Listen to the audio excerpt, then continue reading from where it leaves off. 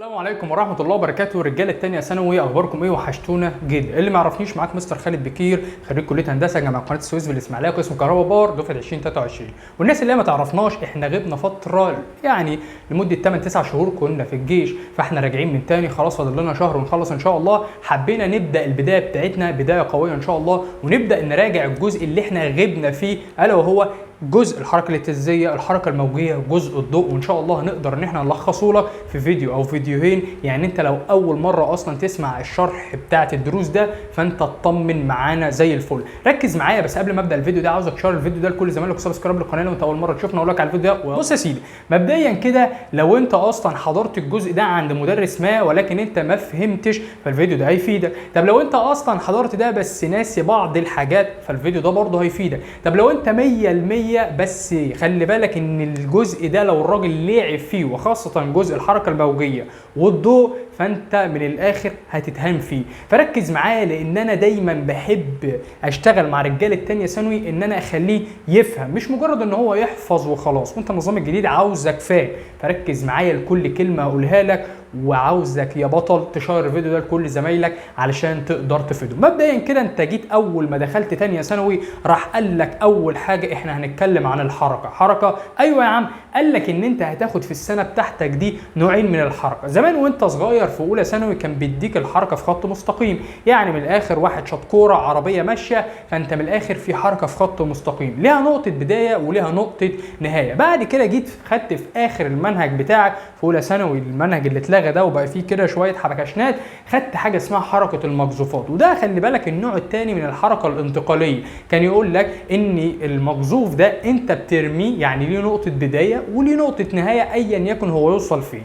فانت النهارده بيفكرك تاني وبيقول لك ان انت عندك نوعين من الحركه، حركه انتقاليه وانت دي خدتها في اولى ثانوي، والحركه اللي هناخدها هي حركه دورانيه. وبعد كده جه قال لك ان انت عندك في الحركه الانتقاليه زي الحركه في خط مستقيم، زي حركه المقذوفات، يعني من الاخر حركه ليها نقطه بدايه وليها نقطه نهايه. لكن النهارده جاي اقول لك يعني ايه حركه دوريه. حركه دوريه دي حركه بتكرر نفسها على فترات زمنيه متساويه. زي ايه؟ زي اول درس عندك في الفصل الاول الحركه الاهتزازيه. مش معنى ان انا النهارده هراجع معاك عشان تحل اقوى الاسئله يبقى انا مش هراجع لك النظر. انا بقول لك لو انت اصلا ما فتحتش الدرس، ايه المراجعه دي هتفيدك.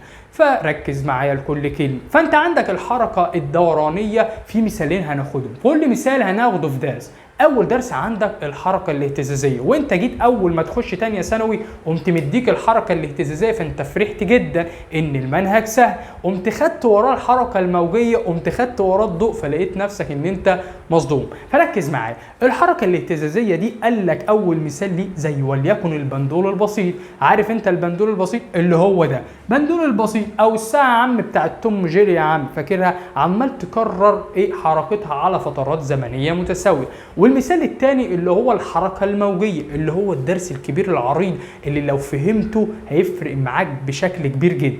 فاول حاجه قال لك تعالى نفهم يعني ايه الحركه الاهتزازيه، وايه الامثله على الحركه الاهتزازيه. امثله زي الحركه على الحركه الاهتزازيه قلنا زي مثال اللي هي بتاع بندول الساعه، او حاجه اسمها الشوكه الرنانه. وافتكر اللي انت المفروض خدتها في اعدادي، كنت بتروح المعمل ويجي راح خبطها لك كده فتقعد ايه تتهز كده. لو جيت انت مسكت اي ريشه فيها تحس ان هي بتكرر نفسها على فترات زمنيه متساويه. عارف انت ممكن اصلا تمثلها عامل زي بندول الساعه كده. او حركه ايه؟ او حركه، عارف انت وتر بتاع الكمان ده، انت لو جيت اثرت على اي حبل فيه هتلاقي ان هو ايه عمال يتهز لفوق لتحت، عمال يكرر حركته على فترات زمنيه متساويه. او قال لك زي اكني عندك حته ثقل كده معلق في ملف زنبركي، ولما تيجي تشده لتحت وتسيبه يبدا يطلع وينزل لحد ما يقف. كل ده ان شاء الله هنقوله دلوقتي، بس ركز معايا. اول بدايه هنبداها يعني يا مستر الحركه الاهتزازيه. الحركه الاهتزازيه يعني لو عندي مثال زي البندول البسيط، واحنا هنشتغل من الاخر في كل الامثله على البندول البسيط عشان تفهم. فانا عندي مثلا الكره دي انا وليكن شدتها كده عند نقطه اسمها ب. ركز معايا كده، ادي اهو البندول البسيط. هنرسم كتير النهارده بندول بسيط. النقطة دي اسمها ألف. إيه النقطة دي؟ النقطة دي اسمها وضع الاتزان أو وضع السكون. هي واقفة، أنت لا حركتها ولا عملت أي حاجة. جيت أنت مسكت الكرة دي ورحت حركتها إزاحة معينة ولا أقصى إزاحة؟ تفرق. الناس اللي هي أخدت الدرس ده بتقول تفرق كلمة إزاحة معينة ولا أقصى إزاحة. كلمة أقصى إزاحة دي أصلا يا مستر لها معاني كتير. طيب، فأنت مسكت الكرة دي وبدأت ان انت تحركها وليكن مثلا ازاحة او مسافة، لان هنا مش هتفرق. انت عارف ان المسافة تساوي الازاحة لو الاتنين ماشيين في خط مستقيم دون ان مش هتغير الاتجاه لا يمين ولا شمال ولا تلف ولا الكلام ده كله. المهم انت مشيتها ازاحة معينة وليكن 3 سنتيمتر.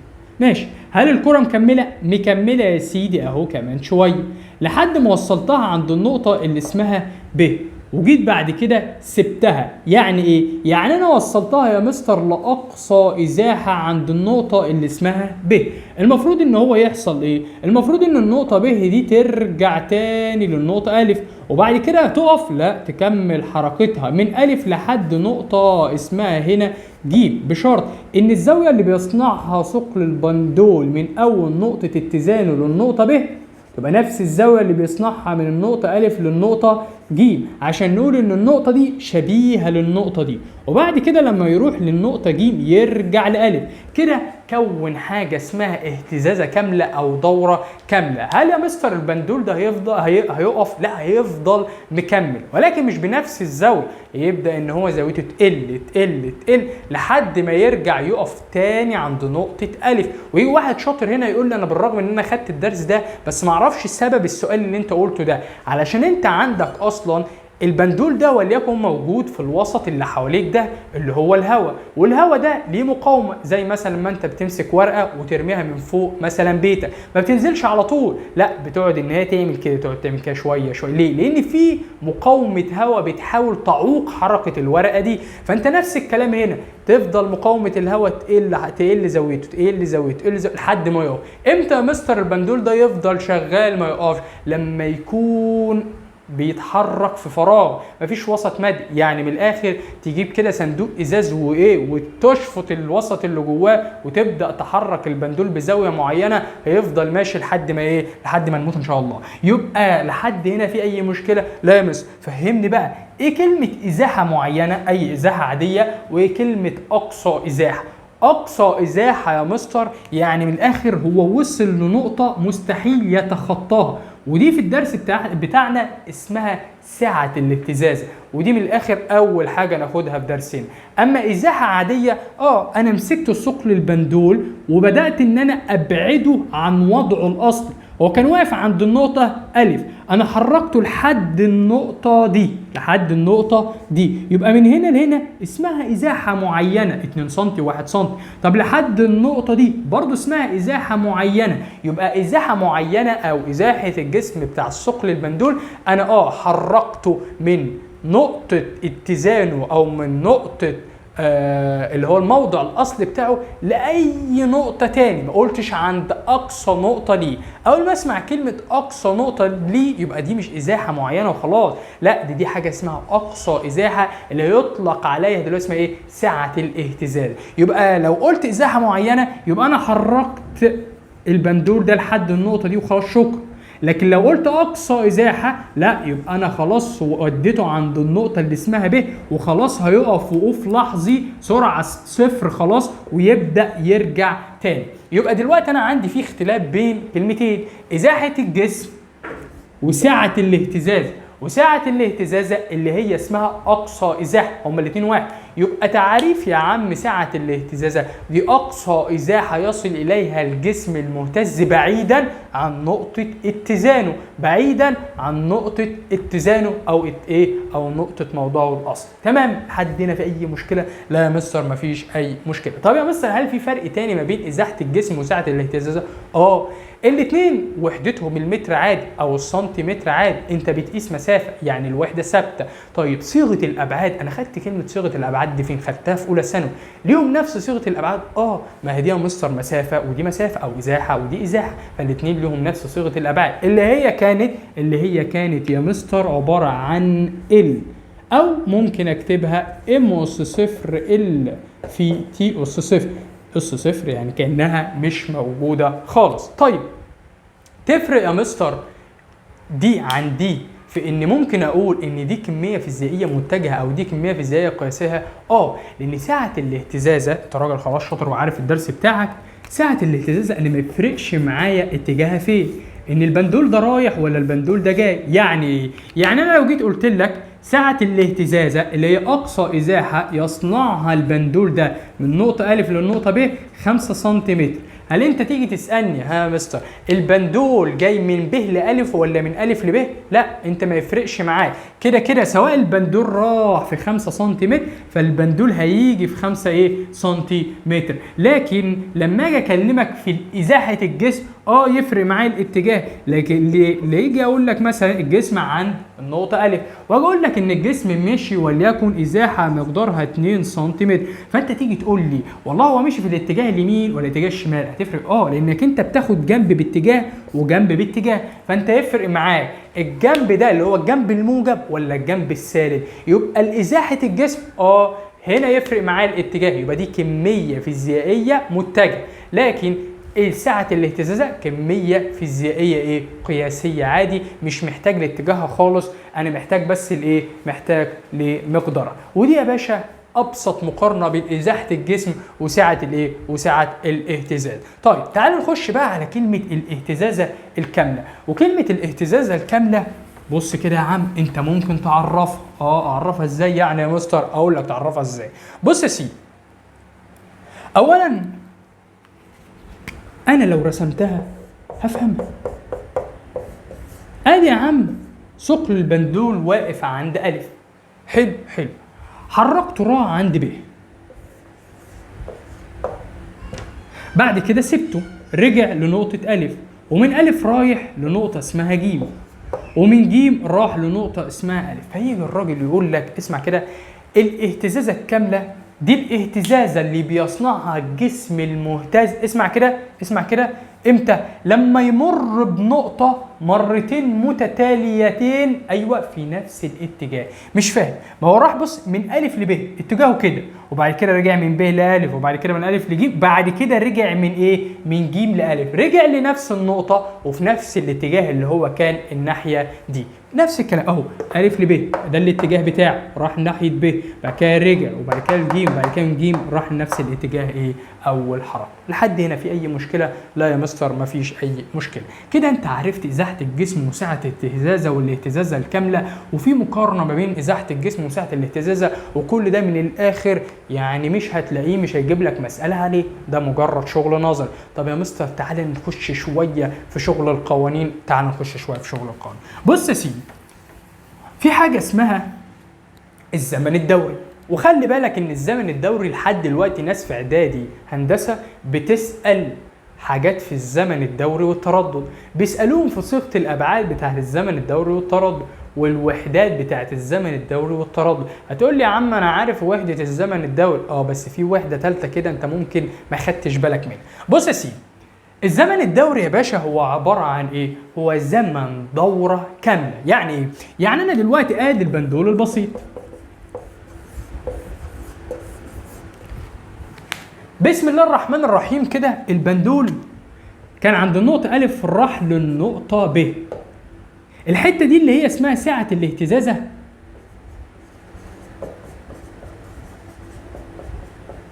ممكن تتسمى أقصى إزاحة، وممكن تتسمى ربع دورة. أيوه، لأن البندول عمل كام ربع عشان يكمل دورة؟ أدي ربع دورة، أدي كمان ربع كده نص، أدي كمان ربع كده 3/4، أدي كمان آخر ربع، يبقى كده دورة كاملة. يبقى الحتة دي بالنسبة لي اللي أنت بتقول عليها اسمها سعة الاهتزازة هي عبارة عن ربع دورة اللي اسمها أقصى إزاحة. طيب الجسم، كلمة الزمن الدوري أنا بقول لك هو زمن دورة كاملة، يعني زمن دورة واحدة. يعني الحتة دي من أ لب لو جيت طلبت منك الزمن بتاعها فساعتها تقول لي كده انت بتطلب مني زمن ربع دوره، صح ولا صح؟ صح. طيب ايه الزمن الدوري؟ قلنا زمن دوره كامله. طيب قال لك ان الزمن الدوري ده هو عباره عن واحد على التردد مقلوب التردد، مقلوب التردد. ويعني ايه التردد هقوله لك كمان شويه، بس ركز معايا في كلمه الزمن الدوري. يبقى الزمن الدوري هو عباره عن مقلوب التردد. ما ايه مقلوب التردد؟ او تقول لي هو عباره عن 4 في زمن ساعه الاهتزاز، او 4 في اقصى ازاحه اللي هي زمن اقصى ازاحه، او 4 في زمن ربع الدورة. لان التلاتة دول هم واحد. اقصى ازاحه هي سعه الاهتزاز، هي زمن ايه؟ ربع دوره. خلي بالك كلمه سعه الاهتزاز او اقصى ازاحه او ربع دوره، ممكن انا اجي اقول لك خلي بالك دي عشان بيجي في المسائل، يجي يحط لك هنا مثلا 5 سم، دي اسمها اقصى ازاحه سعه اهتزاز ربع دوره. لكن لو هحط لك 5 ثانيه يعني دي زمن سعه الاهتزاز، زمن اقصى ازاحه، زمن ربع الايه؟ الدوره. ماشي، انا بقول لك خلي بالك ايه؟ مش اكتر. طيب نرجع، يبقى الزمن الدوري هو عباره عن واحد ايه؟ على التردد اللي هو مقلوب التردد.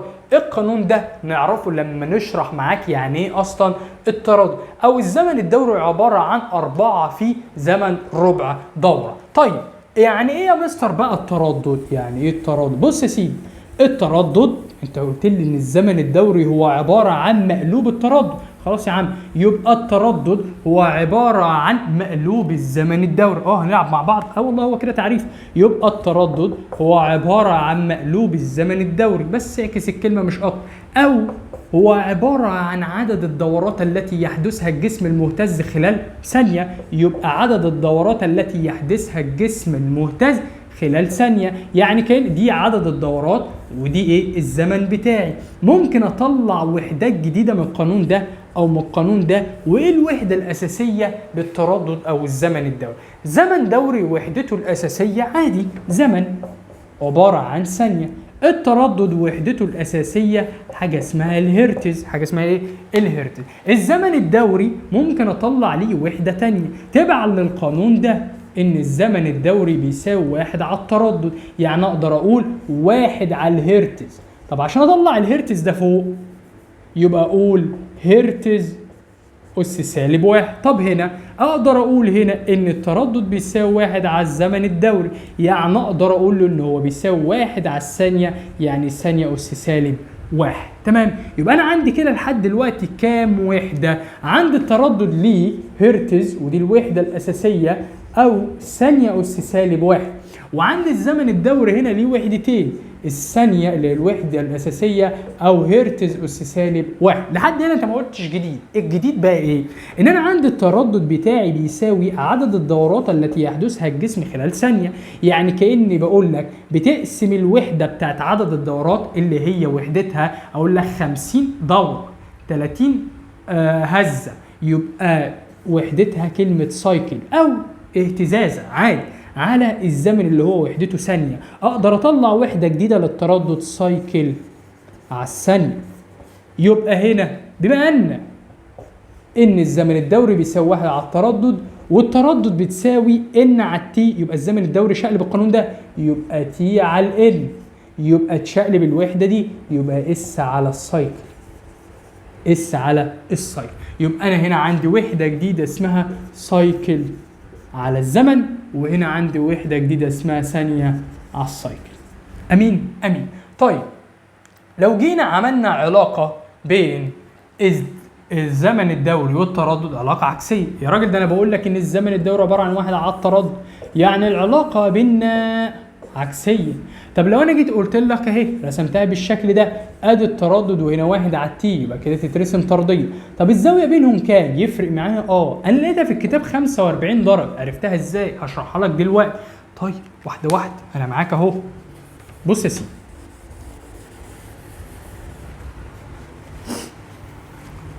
بص يا عم، ركز معاك كده، ركز معاك، ركز معاك.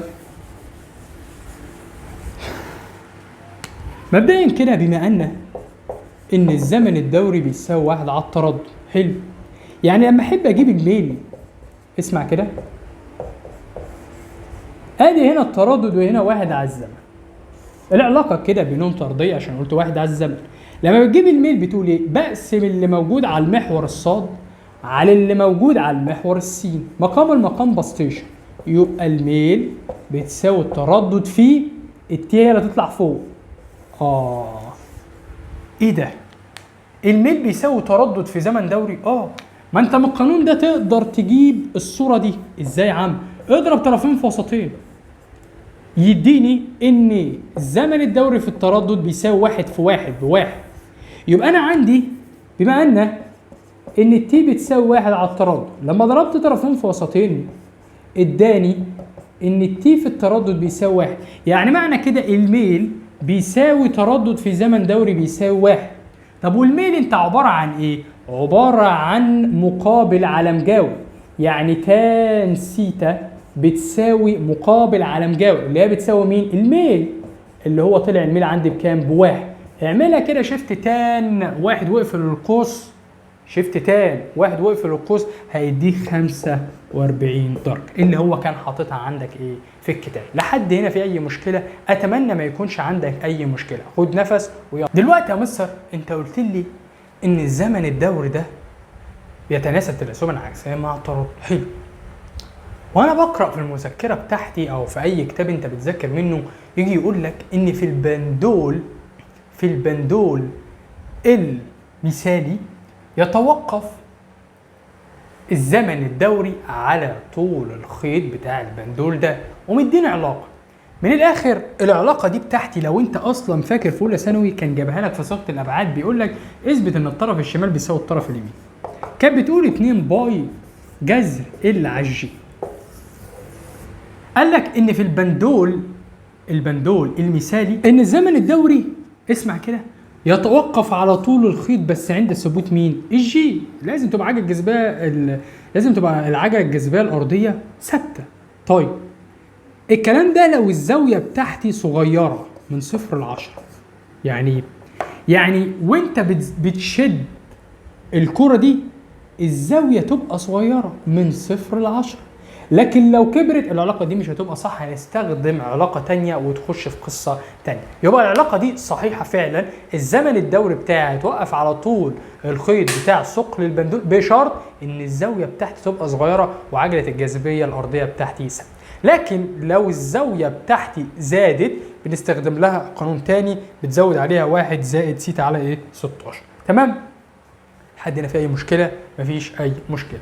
بعد كده خدنا حاجه اسمها الحركه التوافقيه البسيطه، والحركه التوافقيه البسيطه دي نوع من ايه؟ من الحركه الاهتزازيه. يبقى دي نوع مثال من الحركه الاهتزازيه. ايه فكرتها؟ بيقول لك يا عم لو انت دلوقتي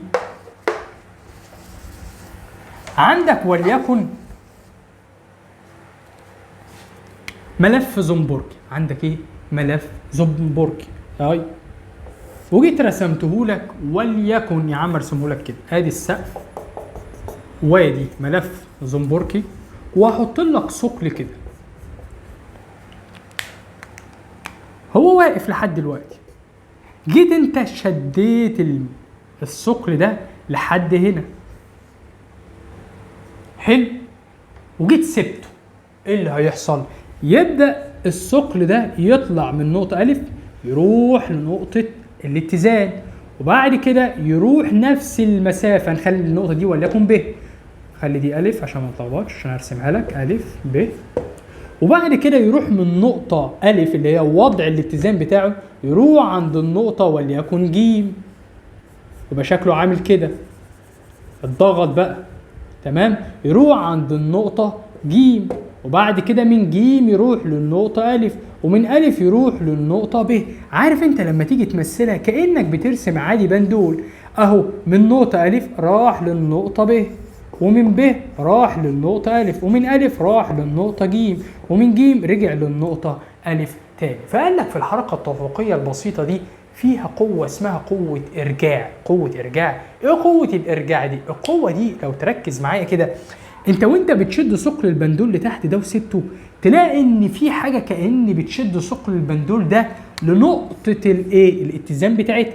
فانت اول ما تشد ثقل البندول ده وتسيبه في قوه ارجاع عاوزه ترجع الثقل ده للنقطه الف، بس عشان هو مش ازاحه على يمين وليكن النقطة ألف لازم ياخد نفس الإزاحة اللي مشاها من ألف لب ياخدها من ألف لج، فبدأ إن هو يعدي ويعدي لحد النقطة ج، فتلاقي في قوة إرجاع مسكت برضه ثقل البندول وعاوزة ترجعها للنقطة الأصلية بتاعتها اللي هي ألف، وهكذا. فدي هي اسمها قوة الإرجاع. قوة الإرجاع دي بتتوقف على إيه؟ بالعقل كده، كل ما أنا أشد ثقل البندول إزاحة أو مسافة أكبر كل ما قوة الإرجاع هتبقى كبيرة عشان ترجع لثقل البندول ده لنقطة الإيه؟ السكون أو نقطة الاتزان بتاعتها. فلو أنت مثلا الثقل واقف هنا وأنت جيت مسكت مثلا الثقل ده ورحت نزلت إزاحة 1 سنتي، هتلاقي قوة الإرجاع صغيرة جدا، هي بس هترجعها هنا تطلع ترجعها تطلع صغيرة جدا. لكن أنت لو مسكت الثقل وشديته إزاحة وليكن 10 سنتي لا هتبقى أكبر بكتير من قوة الإرجاع لما أنت شديته بإزاحة 1 سنتي. فأنت كل ما تزود الإزاحة كل ما أنت محتاج قوة إرجاع كبيرة علشان تقدر ترجع لثقل البندول لإيه؟ لنقطة الاتزان بتاعتك. وهي دي يا باشا الحركة التوافقية البسيطة. وبكده انت خلصت الحركة التوافقية البسيطة. اللي عليك دلوقتي عشان تخلص اول درس اللي هو بنقول عليه اسهل درس معانا، فاضل اهم حتة الا وهي تحولات الطاقة في البندول البسيط. وانت صغير في اولى ثانوي الحمد لله اللي انت لحقت الحته دي ولسه موجوده، ان في حاجه اسمها الطاقه الميكانيكيه. والطاقه الميكانيكيه دي هي عباره عن ايه؟ مجموع طاقتي الوضع والحركه. واللي كان يعرفنا السنه اللي فاتت كنا بنقول ان الطاقه الميكانيكيه يعني ايه مجموع طاقتي الوضع والحركه؟ يعني وليكن انا بقول لك انت معاك طاقه ميكانيكيه مقدارها 100 جول، فاقدر اقول لك ان وليكن الجسم ده يمتلك 30 جول بس طاقة وضع، يبقى هو باقي له كام عشان يكمل ال100؟ باقي له 70. فعشان كده بنقول ان هو عبارة عن مجموع طاقتي الوضع والحركة يساوي مقدار ثابت اسمه الطاقة الميكانيكية، الا وهي اللي نفهمه ان الطاقة الميكانيكية ده مقدار ثابت. البي اي اللي هي طاقة الوضع خدت 90 يبقى طاقة الحركة تاخد 10، دي خدت 80 يبقى دي تاخد 20، دي خدت ال100 يبقى دي تبقى صفر. يبقى ركز معايا لكل كلمة بنقولها، ركز بقى علشان نخلص من أهم درس أو أهم حتة في الدرس ده عشان نخش على الحركة الموجية وما نطولش عليه. بص يا سيدي، عندي هنا الطاقة الميكانيكية اللي هي عبارة عن البي اي زائد الكي اي. ايه يا مستر الكلام ده؟ يعني ايه كي اي اصلا؟ الكي اي دي طاقة حركة. طاقة الحركة. ايه طاقة الحركة دي؟ دي الطاقة اللي نشأت نتيجة حركة الجسم. اما ايه يا مستر البي اي دي الطاقة اللي بيختزنها الجسم لما غير من موضوعه. اما طاقة الحركة دي الطاقة اللي بياخدها الجسم نتيجة ايه؟ نتيجة حركة. يبقى البي اي طاقة حركة، دي طاقة وضع. زي ايه يا مستر؟ زي ايه مثلا؟ يا عم طاقة حركة، انت وليكن جيت مثلا بتلعب رياضة جريت، لما جيت جريت يا مستر اكتسبت ايه؟ اكتسبت طاقة حركة علشان انا بدأت ايه؟ بدأت اتحرك. اما ايه طاقة الوضع دي؟ طاقة الوضع دي وليكن مثلا هنقول ان احنا معانا ملف زنبركي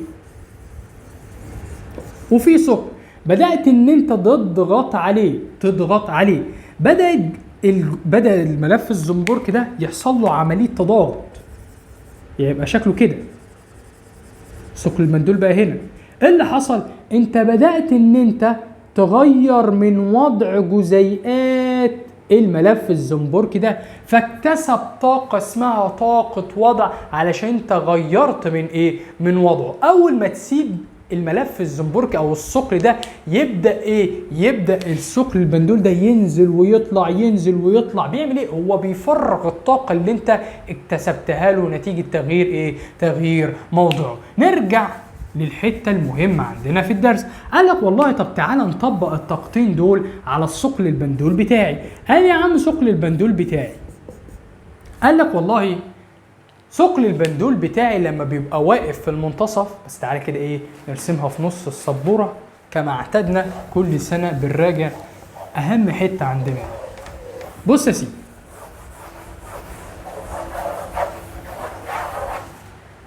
بص يا عم، أنا عندي دلوقتي آدي ثقل البندول. النقطة دي اسمها نقطة الاتزان بتاعتي، اسمها نقطة الاتزان بتاعتي. الجسم دلوقتي في حالة سكون، يعني السرعة بتاعته بصفر، يعني السرعة بتاعته بصفر. هنفترض إن الجسم ده قريب من الأرض جدا، صح كده؟ طيب احنا قلنا ان في حاجة اسمها الطاقة الميكانيكية ورمزها ايه؟ وحدتها الجول، وحدتها الجول. طيب وجيت قلت لك ان في حاجة اسمها طاقة الحركة، وليها قانون بيقول ان الكي اي بتساوي نص ام في تربيع. فعندي ثبوت كتلة الجسم ده يتناسب طاقة الحركة او تتناسب طاقة الحركة تناسبا طرديا مع مربع السرعة. خلي بالك المعلومة دي عشان مهم. وعندي طاقة الوضع هندسة بتقول ان البي اي بتساوي ام جي اتش. عند ثبوت كتلة الجسم وعجلة الجاذبية تتناسب طاقة الوضع تناسبا طرديا مع مين؟ مع الارتفاع.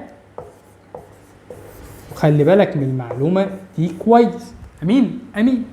طيب يعني خلي بالك، ولا خليها كمان شويه اقولها لك. لحد هنا في اي مشكله؟ لا يا عم مفيش اي مشكله. يبقى انا عندي دي بتتوقف على السرعه، دي بتتوقف على الارتفاع. تعالى بقى نشوف في اي موضع من الثلاث مواضع اللي احنا نعرفهم دول بيكون فيهم طاقه الوضع كبيره او طاقه الحركه كبيره. طب فين الحته اللي بيبقى فيها طاقه الحركه او طاقه الوضع بتساوي صفر؟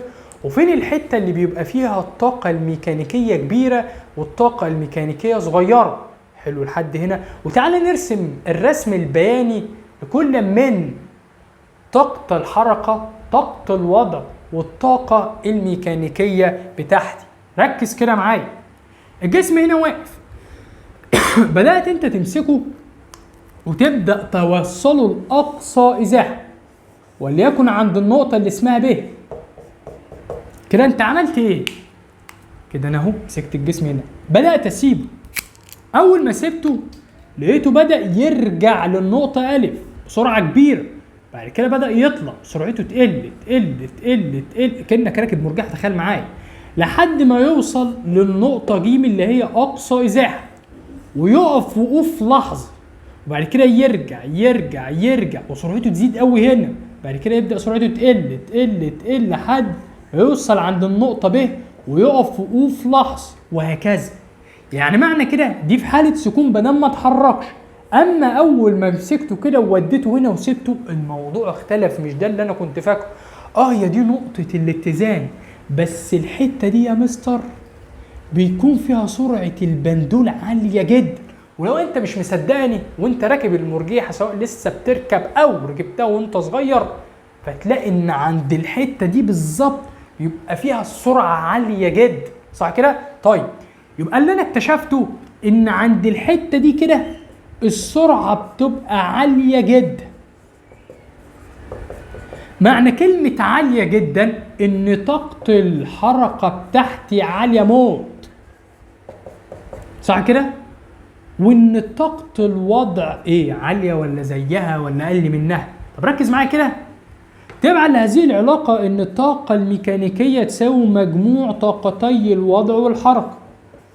معنى ان تقول ان دي عالية جدا، وليكن ان الطاقة الميكانيكية مقدارها 100 جول، خليها 200 جول عشان ايه؟ ما تقوليش انت ماسك في المية ليه؟ 200 جول. طب دي لما تبقى عالية جدا يعني وليكن مثلا 190 جول، يبقى دي 10 جول، صح؟ ولو قلت لي ان طاقة الحركة دي قليلة جدا يعني مثلا 30 جول، يبقى دي تاخد الباقي اللي هي 170 جول، وهكذا عشان يبقى مجموعهم في الاخر 200. طيب احنا لسه من شوية انا قايل لك لو تلاحظ ان انا عندي طاقة الوضع تتوقف على الارتفاع، ارتفاع الجسم المهتز عن سطح الارض. فلما يكون اصلا عند النقطه دي انا بقول لك تكاد ان هي ملامسه لسطح الارض، يبقى الارتفاع يكاد يكون بصفر.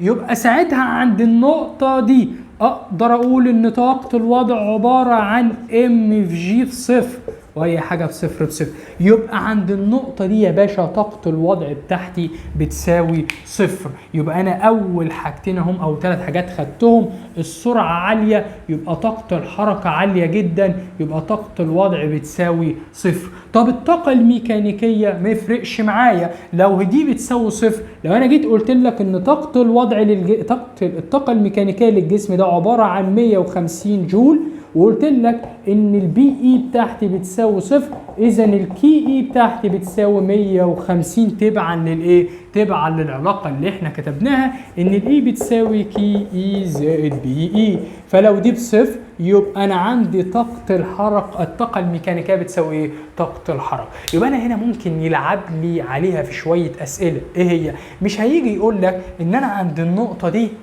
السرعه بتاعتك بتساوي صفر، فخلاص انت كده عرفت ان طاقه الحركه بتاعتي وليكن بتساوي 100 جول. لا، هو هيجي يقول لك ان انا عندي الجسم ده الطاقه الميكانيكيه بتاعته 50 جول، 50 جول، وجاي قال لك ان عند الجسم وليكن عند النقطه الف، وبدا يرغي معاك في السؤال، فانت عمال تدور طب هو محتاج مني السرعه، طب انا اجيب له السرعه ازاي وانا محتاج مثلا طاقه الحركه؟ عشان لو انا جبت طاقه الحركه هو اللي يقدر يوصلني للسرعه، وهو مش قايل لي ببقه فين طاقه الحركه. ما لو انت ذكي عند النقطه الف طاقه الوضع بتساوي صفر، اذا يبقى الطاقه الميكانيكيه هنا بتساوي طاقه ايه؟ طاقه الحركه. يبقى الرقم اللي هو مديولي 50 اصلا هو طاقه الايه؟ طاقه الحركه، وهيديني كتله الجسم اقدر اجيب له ساعتها السرعه. طيب تعالى بعد كده نشوف الحاجة التانية. انت جبتها عند النقطة دي، بدأ الجسم يتحرك لفوق لحد ما وصل ايه؟ لأقصى إزاحة.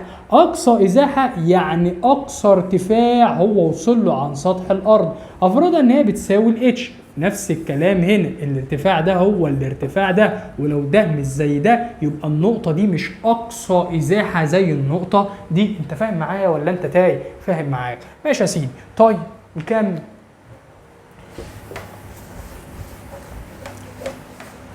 بص يا سيدي، جه عند النقطة ب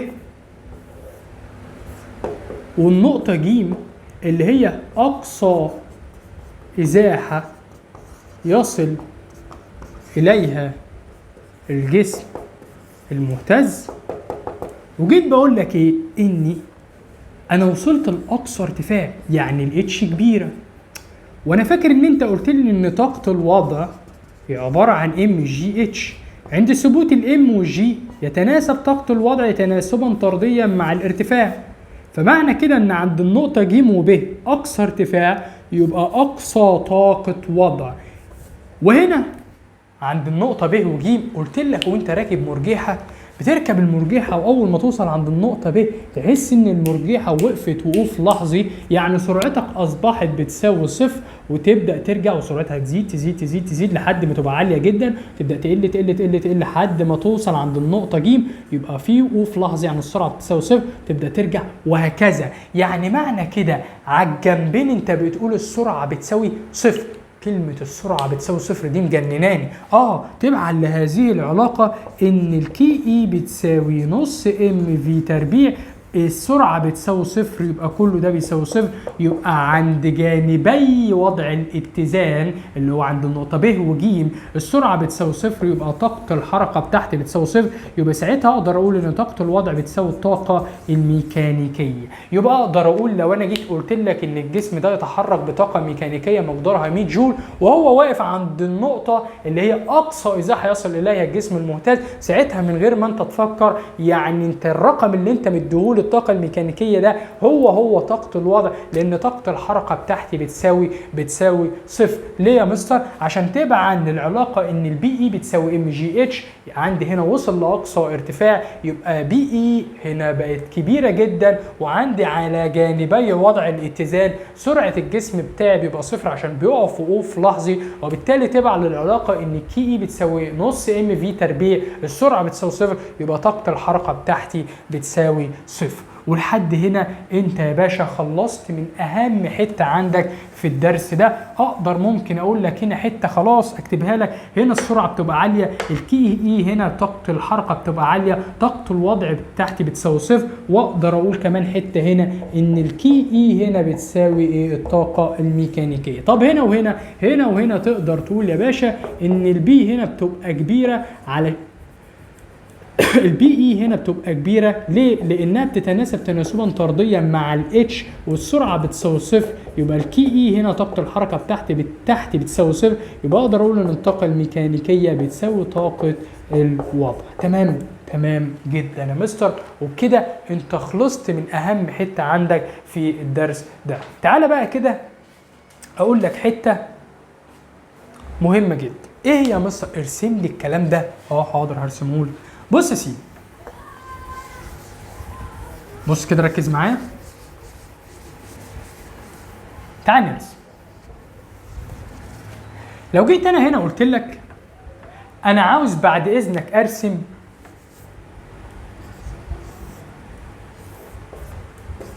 الدي والتي. الجسم انت مسكته وشدته وخليته يبدا من هنا. يلا هنرسم من اول هنا. هنا هو واقف فين؟ واقف عند اقصى ازاحه، دي الازاحه. بقول لك واقف عند اقصى ازاحه، ابدا من الصفر ولا ابدا من اقصى حته هو وصل فيها؟ ابدا من او اكتر حته وصل فيها اللي هي دي.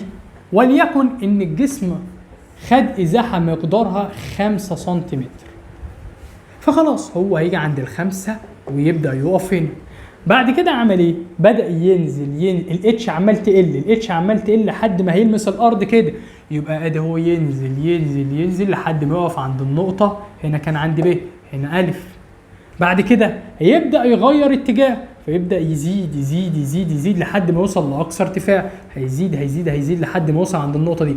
النقطه هنا دي هيكتبها لك -5، مفيش ازاحه عندي بالسالب، هو يقصد كلمه سالب ان هو غير اتجاه. بعد كده يبدا يرجع تاني للنقطه الف، يجيب. بعد كده يروح للنقطه ب عشان يعمل اهتزاز، ادي راح للنقطه ب تاني. امين. طب ارسم لي يا عم علاقه بين سرعه الجسم والزمن. هو كان واقف هنا سرعتي بصفر، ادي سرعتي بصفر. بدا يعمل ايه؟ بدا الجسم يروح في الاتجاه السالب، بيزيد سرعته، بتزيد بس في الاتجاه الراجع السالب، فيبدا ينزل لحد ما يوصل عند النقطه الف اللي احنا قلنا عندها الجسم بيبقى سرعته عاليه جدا. اهو هيروح عامل ايه؟ بص كده لحد ما يوصل هنا. ما هي دي اقصى سرعه هيوصل عندها الجسم. بعد كده يبدا يروح للنقطه ج لحد ما يقف وقوف لحظي، يعني السرعه ترجع صفر تاني، وبعد كده يرجع تاني للنقطه الف اهو، بس في الاتجاه المره دي الموجب، وهكذا.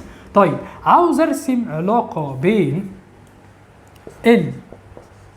طاقه الحركه والزمن. ارسمها ازاي؟ بص يا سيدي، الجسم كان واقف هنا، يعني سرعته بصفر، شكرا صفر، هيبدا من هنا. بعد كده الجسم عمل ايه؟ بص، بعد كده الجسم بدا ان هو سرعته بصفر، بدا سرعته تزيد، بس بتزيد في الاتجاه السالب. جدع. عشان كده بص يا مستر، هنا رسمنا السرعه بص في الاتجاه السالب. لقيت المستر بتاعي بيرسم كده. الله، ازاي يا مستر المفروض ترسمها من تحت؟ استنى بس. بدات سرعتي تزيد فعلا بتزيد لحد ما وصلت عند النقطه الف. بعد كده بدات تقل لحد ما توقف للصفر، قلت لحد ما وقفت للصفر. بعد كده بدا يرجع تاني في الاتجاه الموجب، وتزيد لحد ما تنزل توصل لايه؟ للنقطه الف اللي سرعتها عاليه. بص لقيت المستر بيعمل كده، تزيد هنا. لا طب حتى اعملها كده، لا لقيته بيعملها كده. طب ازاي يعني يا مستر؟ هو ازاي ولا حاجه؟ اهو ادي بص لقيته بيعمل ايه؟ بص كان عندي ب صفر، راح لالف ومفروض في الاتجاه السالب، لقيته بيعمل ايه؟ لقيته يا مستر بيعمل كده. بعد كده لقيته راح عند نقطه ج اللي السرعه بتاعتي بصفر، هوب. بعد كده لقيته هوب، بعد كده هنا. ايه ده يا مستر ازاي؟ قال لك ما هو انت مش مركز. انت عندك ان طاقة الحركة بتاعتك بتساوي نص ام في تربيع. يعني انت عندك طاقة الحركة بتاعتي تتناسب تناسبا طرديا مع مربع السرعة.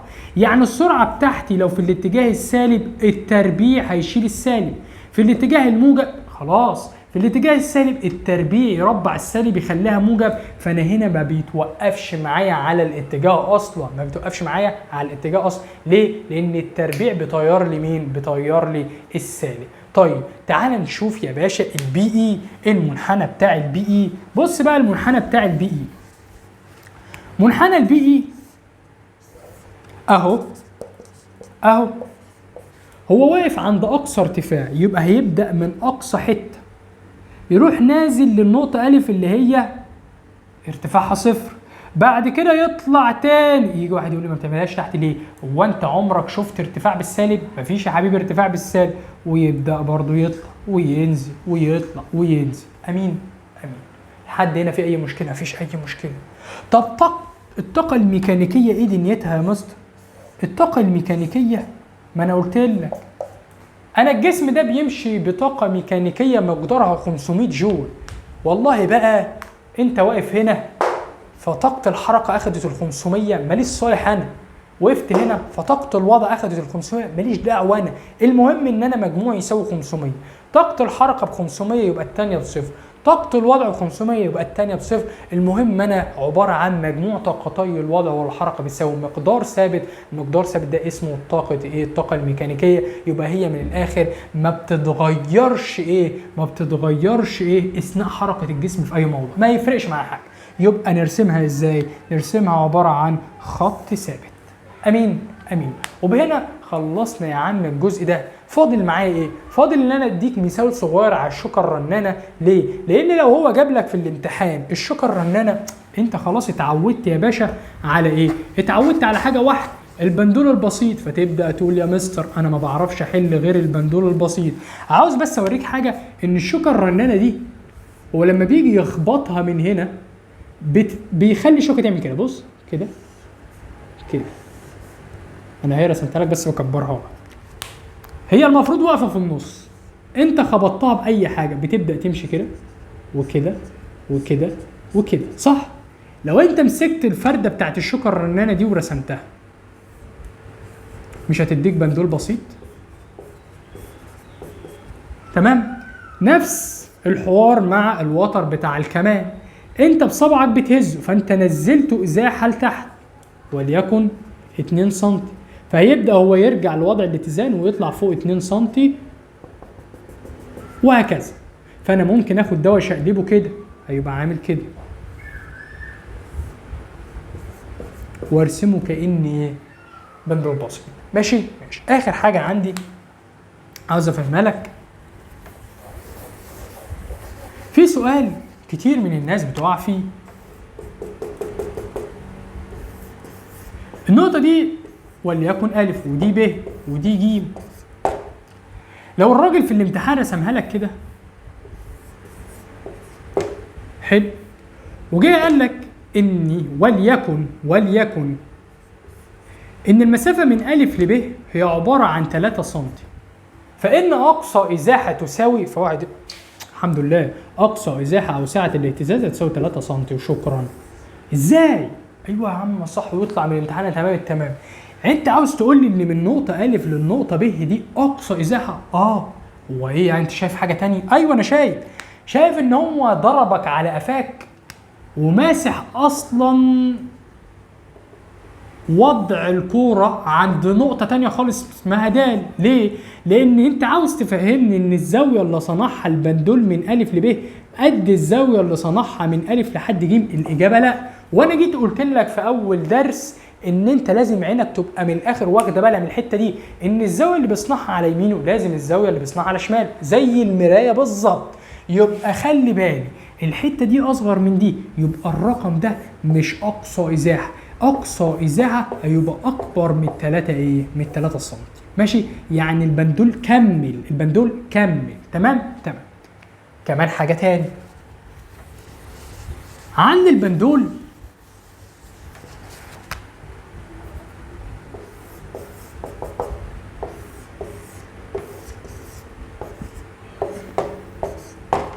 اسمع كده،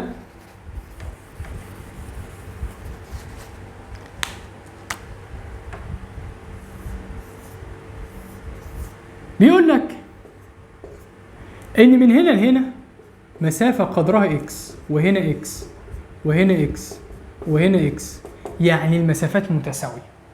فجاي بيقول لك وليكن تفتكر ان الزمن اللي بيقطعه البندول البسيط من د ب يساوي الزمن اللي بيقطعه البندول البسيط من ا د؟ ده سؤال جديد. الإجابة ولا لا؟ واحد يقول لي المسافات متساوية، يعني المسافة دي بتساوي المسافة دي، الإجابة أقول له لا مفيش الكلام ده. ليه؟ لأنك أنت وأنت راكب المرجيحة قلت لك أنت بتيجي تنزل سرعتك هنا بتساوي صفر، فبتنزل سرعتك عمال تزيد واحدة واحدة واحدة واحدة واحدة واحدة لحد ما تيجي عند الحتة المقاربة للنقطة أ وتلاقي نفسك سرعتك بقت طيارة. يبقى لازم أفهم ان النقطتين اللي على طول اللي جنب نقطة وضع الاتزان بتبقى سرعتها عالية جدا، حتى لو كانت المسافات حتى لو كانت المسافات متساوية. يعني ايه يا مستر؟ يعني انا عندي النقطة من أ لد دي هتلاقي الجسم بيستغرق زمن قليل جدا جدا. ليه؟ لأن سرعتها عالية، بدليل إن أنا خدت في ابتدائي إن السرعة بتساوي مسافة على الزمن. أنت سويت لي المسافة دي بالمسافة دي، يبقى المسافة عندي ثابتة، يبقى السرعة تتناسب عكسيا مع الزمن. أنا بقول لك إن الحتة اللي على جنبين النقطة أ سرعتهم بتبقى عالية، يبقى هم بيستغرقوا زمن أقل من الحتة البعاد. يعني من الاخر تقول لي لا الاثنين ما بيساووش بعض. يعني ممكن كمان يجيبها لي في صوره ثانيه، يقول لك ان الجسم ده بيستغرق مسافه قدرها تي من ا لد، فان زمن الدوره الكامله كام؟ هو يقول لي خلاص دي تي ودي تي ودي تي ودي تي، يبقى هنا يا مستر في الروحه 1 2 3 4 تي، وفي الرجعه 4 تي، يبقى الزمن الدوري اللي هي الزمن الدوره الواحده 8 تي. اقول له ما فيش الكلام ده. ليه؟ بدل هو قال لك ان الحته اللي على الجنب دي بتي، يبقى الحته البعيده تبقى اقل منها. افرضها انت بقى من عندك بنص تي، يبقى دي برضو بنص تي، يبقى ساعتها نص تي وتي ونص تي، يبقى انا عندي كام؟ 4 تي، لا 1 2 ونص 3 تي في الروحه و3 تي في الجايه، يبقى يديك 6 تي، يبقى اقل من 8 تي، مش بتساوي 8 تي. ممكن يعكس لك السؤال، خليك بقى انت واعي، يقول لك ان وليكن هو بيستغرق من د ل ب زمن قدره تي، يبقى الحته دي اقل منها، يبقى انت خليها نص تي، خليها انا غلط، دي هو ممكن يديها لك بتي من هنا لهنا.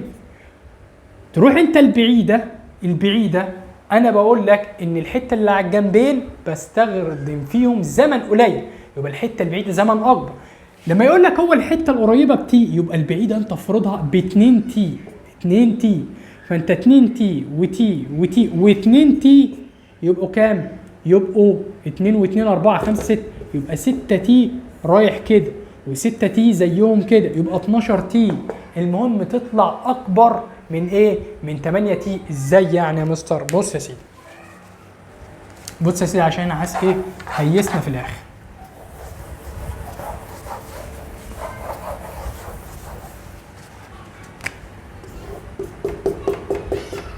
هذا هو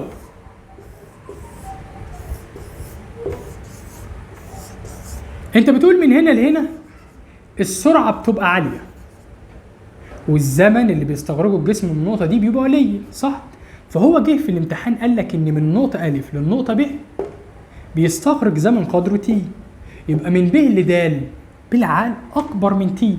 واحد فرضها ب 2 تي ماشي، واحد فرضها بواحد ونص تي المهم تبقى اكبر من تي. زي ما دي 2 تي يبقى الحته دي ب 2 دي تي، وزي ما دي بتي يبقى دي بتي. طب هو جابها لك في الامتحان دي تي، يبقى الحته دي اقل من تي، فانت تفرضها بنص تي، وزي ما دي بنص تي دي بنص تي، وزي ما دي بتي يبقى دي بتي. تعالى كده، عاوز يعرف الزمن الدوره الواحد. اوعى واحد يتلخبط ان هو ما يعرفش يجيب الزمن الدوره الواحد. من هنا لهنا ربع دوره، ومن هنا لهنا نص، 3/4 دوره كامله، ماليش دعوه بالحتت دي ازاحه عاديه. يبقى ساعتها اقدر اقول له الربع الدوره تي ونص تي 1.5 تي، والربع دورة دي 1.5 تي، يبقى النص دورة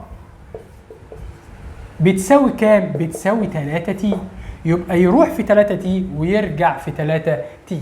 خلي بالك في حتة زمن الربع دورة والنص دورة، أنا ممكن أديك الزمن الكلي وأقول لك عاوز زمن النص دورة تقسمه لي على الاتنين، ممكن أنا أديك زمن الربع دورة وأقول لك أنا عاوز زمن نص دورة تقول لي خلاص الربع مثلا 1 ثانية يبقى النص 1 في 2. طب أنا ممكن أديك ربع الدورة زمنها وأقول لك عاوز الدورة كاملة، تمسك الربع دورة تضربها في 4 وهكذا، تلعب بالحوار لعب مفيش مفيش اي مشكله. وبكده يا سيدي انت الحمد لله خلصت من الدرس الاولاني في الفصل الاولاني. دلوقتي هنخش على الحركه الموجيه. الحركه الموجيه هنتكلم اول حاجه يعني ايه الموجه، هنتكلم بعد كده يعني ايه انواع الموجات بتاعتي، موجه ميكانيكيه وموجه مستعرضه، وكل موجه ليها انواع، وهنتكلم ان كل موجه ليها الامثله بتاعتها، وهنفصص لك الدرس حته حته، ونختم الدرس الجاي ان شاء الله بسرعه انتشار الموجه، ودي اهم حته عندك في الفصل الاولاني كله.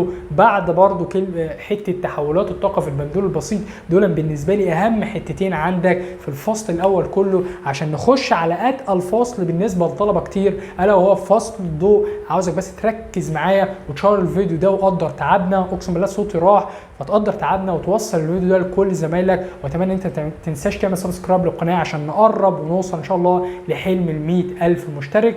صلوا على النبي ويلا نكمل.